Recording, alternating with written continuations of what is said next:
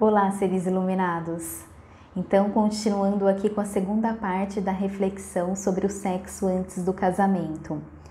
Bom, eu acredito que quando você espera pela pessoa certa, né, até o casamento, o sexo ele é mais saudável, ele é muito mais especial, ele é puro, santo e divino como Deus criou para ser.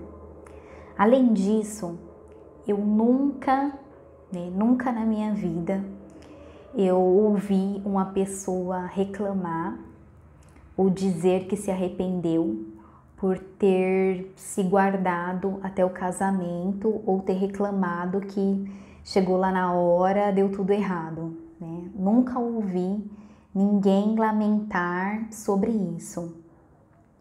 Então, eu comecei a perceber que até os casais que casam virgem, né, ambos virgens, eles aprendem, né, os dois descobrem juntos ali, né, de forma inocente e de forma especial, né, os dois se descobrem juntos o amor. E acho que isso não tem preço. De verdade, não tem preço em comparação ao caminho que eu escolhi, né? De não ter me casado virgem, da minha primeira vez não ter sido especial da maneira que foi, do sofrimento que eu senti, das angústias, de todas as dúvidas e questões. Então eu acho que não valeu o sofrimento. De verdade, eu me arrependo verdadeiramente pelo caminho que eu escolhi seguir, né, a minha vida. Bom, quando eu me desviei, né, do ensinamento de Deus, então eu passei a ver o sexo como algo banal, fácil de obter, em que as pessoas se usavam conforme os seus desejos e as suas necessidades.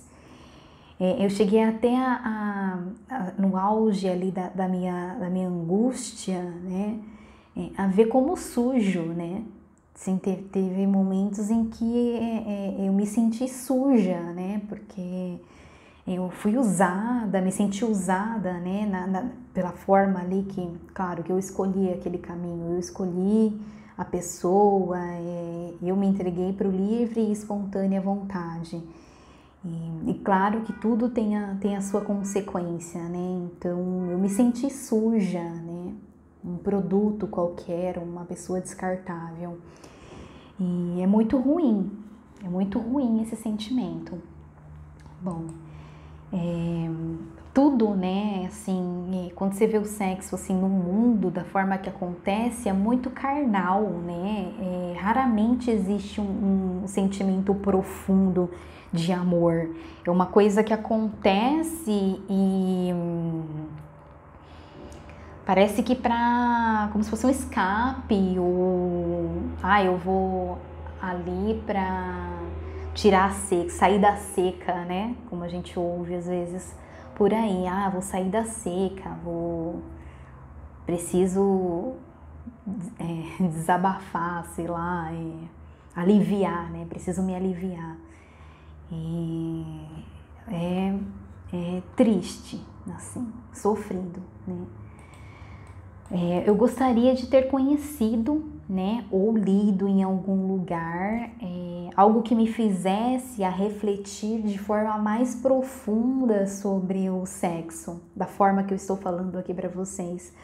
Porque quando eu conversava com as minhas amigas, né, sobre essas questões, as que não eram mais virgem, elas falavam das experiências dela como se fosse algo muito bom, né? É maravilhoso, tem posição X, Y, Z, tem formas assim assada de dar e receber prazer e tal, mas ninguém fala de forma assim profunda, de forma verdadeira sobre o que você sente depois do ato, né? Quando você se relaciona com uma pessoa em que o sentimento não existe amor, né? Só atração física. Ninguém fala do que sente depois disso, né? Quais são os sentimentos em relação a isso. Bom, então eu quero aqui citar aqui 8 motivos que eu acho que você deveria repensar sobre a virgindade antes do casamento, né? De perder a virgindade aí antes do casamento. Então, primeiro, quando você se relaciona com outra pessoa que sabe que você não é mais virgem, então essa pessoa, ou até você mesma, passa a esperar ou até acelerar, né, uma relação sexual, uma relação íntima entre vocês, né? Acho que acontece com a maioria das pessoas, né? De repente você já perdeu a virgindade com uma pessoa, não deu certo, você conheceu outra, e aí já fica meio que ali, né, aquela cobrança entre vocês. Bom, eu me sentia pressionada, tá? Por mim mesma, quanto ao momento e ao tempo certo de me entregar para a pessoa. Eu sentia medo de ser interpretada como uma garota fácil, de não ser levada a sério, né? Por conta dessa primeira vez, como não foi bom, e todos aqueles sentimentos que acarretou depois do ato. Então eu tinha esse medo de não ser levada a sério e de ser considerada uma garota fácil. Bom, 3. A partir do segundo parceiro, assim, eu passei a comparar, né? É ruim dizer isso, né? Mas você acaba comparando, sabe? As relações com um e a relação com o outro, né? Imaginando como que seria unir o melhor dos dois mundos, assim, coisa de louco. Bom, 4. O medo da gravidez não planejada, né? De adquirir uma doença sexualmente transmissível, é uma coisa que ela tá presente todo momento. 5. O medo de ser usada, tratada como um objeto de descarte. Aliás, esse receio, né? Às vezes algumas mulheres têm e até outras já sentiram na pele o que é isso. É ruim, posso garantir. 6. Será que deveria me casar de branco? Essa pergunta, ela surgiu quando eu conheci o meu primeiro esposo, né? Eu sou divorciada. Então eu fiquei, nossa, mas eu não sou mais virgem, será que eu devo me casar de branco ou não? Por fim, que eu acabei, era o meu sonho, né? Me casar de branco e de véu grinalda, igual eu falei pra vocês. E eu me casei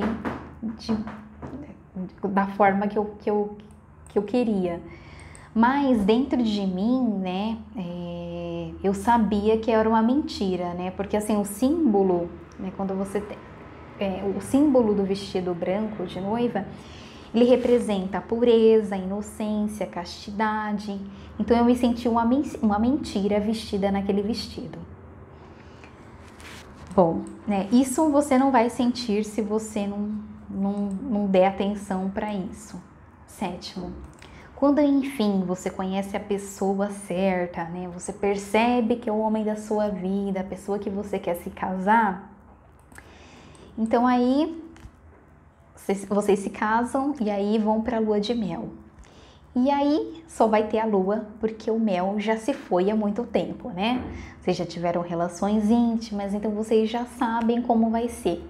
Diferente de um casal virgem que vai para a lua de mel com toda aquela expectativa de como que vai ser, toda aquela ansiedade, aquele frio na barriga.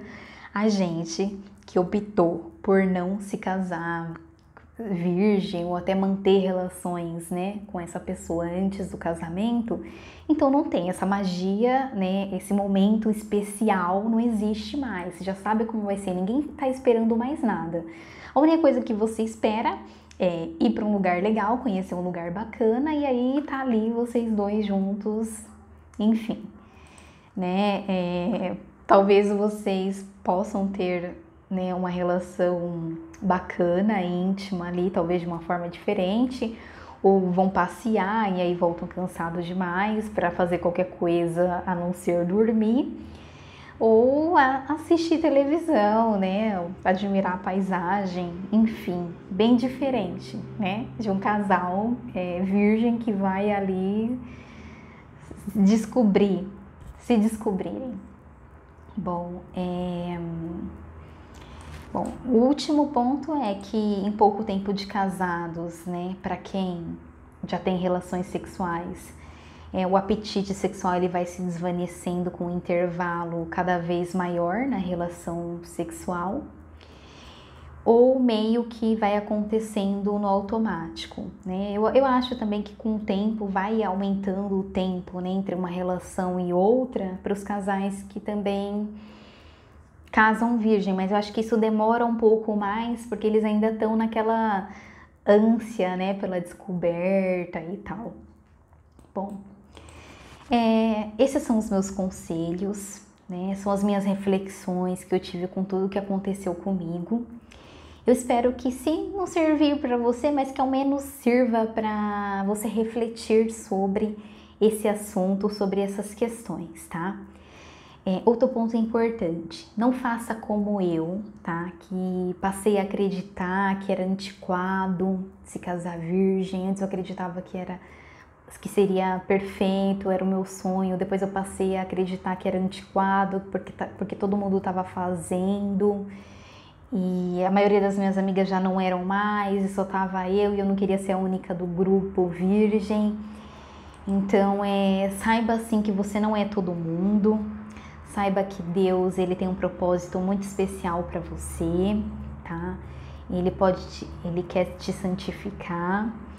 E se você se arrepender, né, assim como eu, né, me arrependi, né, de coração e alma, saiba que Deus nos perdoa, tá? Jesus Cristo, ele nos perdoa de verdade, né?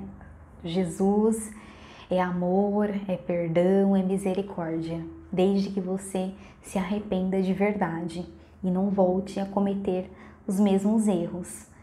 Bom, o mundo diz que é antiquado e que todo mundo está fazendo sexo à vontade. Mas existem histórias para nos inspirar, né? E que nos mostra que vale a pena a gente se manter fiel aos ensinamentos de Deus. Então, eu trouxe aqui para vocês duas histórias que eu assisti num programa de televisão chamado 90 Dias para Casar. Bom, a primeira história é do Danny, um americano, e a Amy, da África. Ele tinha 24 anos na época, acho que isso aconteceu há 5 ou 6 anos atrás, e ela 22 anos. Os dois cristãos, então ele pediu ela em noivado, então ela veio para os Estados Unidos com visto, né, K1, e aí para eles se casarem nesse prazo de 90 dias, né, que é o prazo que você recebe eu esqueci o nome, mas um cartão lá como cidadão americano. Eles teve que enfrentar a família dele, que era contra, né, o relacionamento interracial, e eles conseguiram, mas eles conseguiram enfrentar tudo isso. Quando ela veio para os Estados Unidos, apesar dele morar sozinho, ele não deixou ela morar com ele, ela foi morar com o irmão dele, que era casado, por conta desse voto que eles tinham feito de castidade. E aí eles casaram, né, virgem, os dois, hoje estão juntos e têm 2 filhos.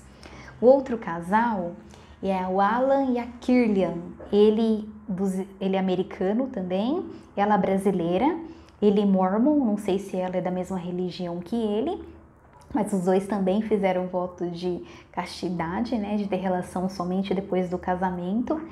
E eles se casaram, estão super felizes e tem um filhinho, coisinha mais linda. Eu vou deixar no link aqui desse vídeo, vou deixar, aliás, na descrição desse vídeo, esses links aqui para quem tiver curiosidade.